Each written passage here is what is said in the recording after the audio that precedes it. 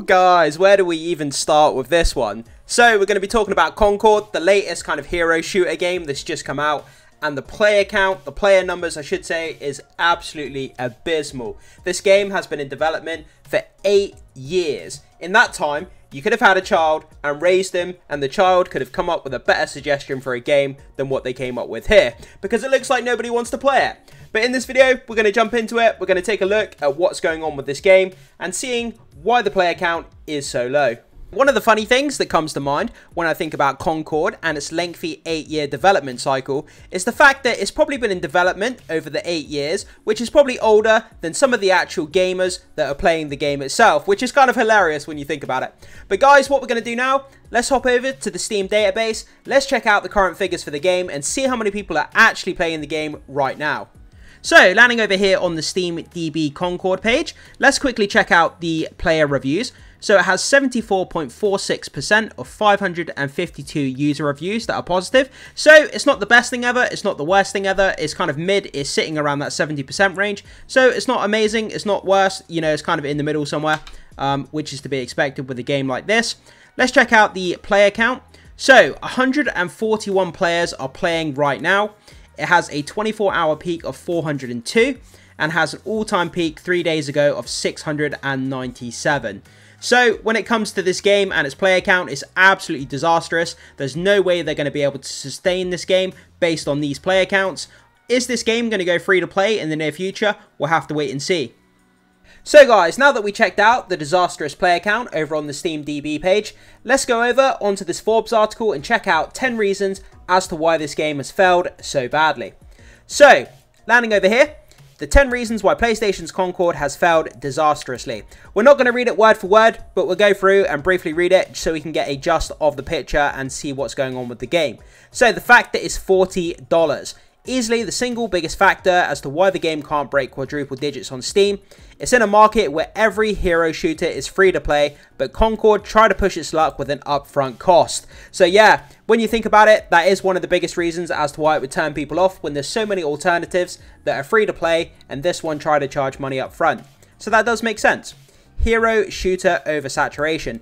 The hero shooter market is absolutely oversaturated. There's so many games to choose from, and that goes back to the first point that most of them are free to play, whereas this one costs money to play up front. Again, hurting the player count and hurting the sales figures. So moving on to the third point, it took 8 years to make. So it went into production right when Overwatch launched, and for some reason took nearly a decade to release, and by this point it feels dated. The fact that it took so long to make this game, what the hell happened with development? But the fact that it took 8 years, it just makes the game feel dated in an oversaturated market. And yeah, that's part of the reason why it failed as well. Extremely poor hero design and aesthetics. So when you're making a hero shooter, part of the appeal of a hero shooter game is compelling characters and abilities. And this game just doesn't have it. The characters fell flat, they don't look inspired, people just didn't care about it. And that's part of the reason why the game failed as well. I mean, in a hero shooter, the heroes have to be compelling, and if they're not, then the whole concept of the game just falls apart. So, moving on, number 5, the anti-woke crusade. Some are citing that the game with its character design and pronouns in the bios are being woke. Again, anything that has this kind of woke controversy surrounding it, whether it's movies, whether it's TV shows, whether it's games, is going to hurt the sales figures ultimately, and it has a bad taste in people's mouths. Whether they're right or wrong to feel like that, I'm not to say, but again, being kind of covered in this woke controversy is only going to hurt the sales figures at the end of the day. So moving on to number 6, no marketing. A game, this game where the first official trailer came out just 2 months before launch. So a really bad, lackluster kind of marketing campaign as well. If you want people to buy the game and buy into the concept of this game, you have to have a big marketing push to get this game out there in front of people who want to purchase it. And it seems like they just didn't do that. So, moving on to number 7, focus on mocap cinematics. So yeah, this is something I've never understood. When you're trying to market a game, why have cinematic trailers that don't represent the gameplay whatsoever? They try to show off the cinematics in the trailers rather than the actual gameplay itself. Were they trying to hide the gameplay because it was lackluster? Or did they just go on a wrong kind of approach to their marketing and show the cinematics more than the gameplay, which was a bad mistake? Either way, it didn't go a long way to helping the sales figures. So, gameplay doesn't stand out. Yes, we've gotten to number 9 before we're talking about how the game plays. So, yeah, I mean, the gameplay in a hero shooter, you have to have fantastic abilities, you know, fantastic ways to traverse the game landscape, and it has to be exciting. Each character has to be unique in its design, in its movement, in its abilities, and if you don't do that to separate yourself from the other hero shooters, then ultimately the whole concept of your game is going to fall flat and turn people off. So, it's derivative. The concept and characters feel like subpar Guardians of the Galaxy. That's kind of funny.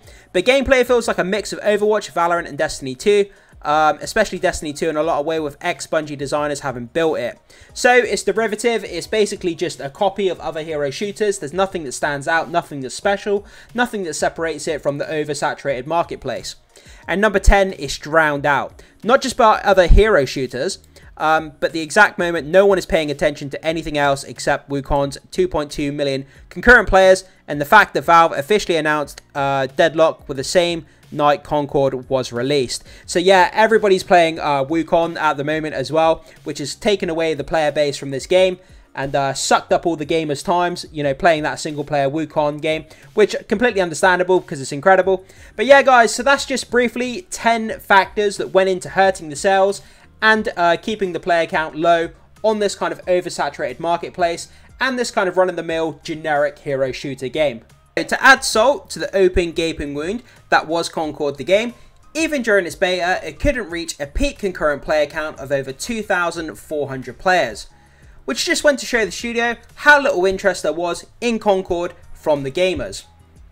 Now, you might be wondering, why didn't Concord take off? Is it because we're all too busy with Fortnite dances and Call of Duty headshots? Well, maybe.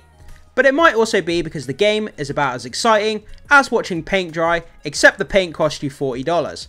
That's right folks, Concord isn't free. You gotta shell out some hard-earned cash for the Guardians of the Galaxy at Home experience. And when there's other better, free options out there, like Fortnite, Warzone and Overwatch 2, it's no wonder that everyone collectively decided to swipe left on Concord. So, we have to be fair about this. We're talking about the PC version of the game here and the concurrent player count. But over on the PlayStation 5, the game could very well be blowing up, but given the user feedback, the user reviews and the concurrent player count here on Steam, it seems very unlikely that the PlayStation 5 game would be doing any better than what the PC version is here. So guys, here's the all-important question for you.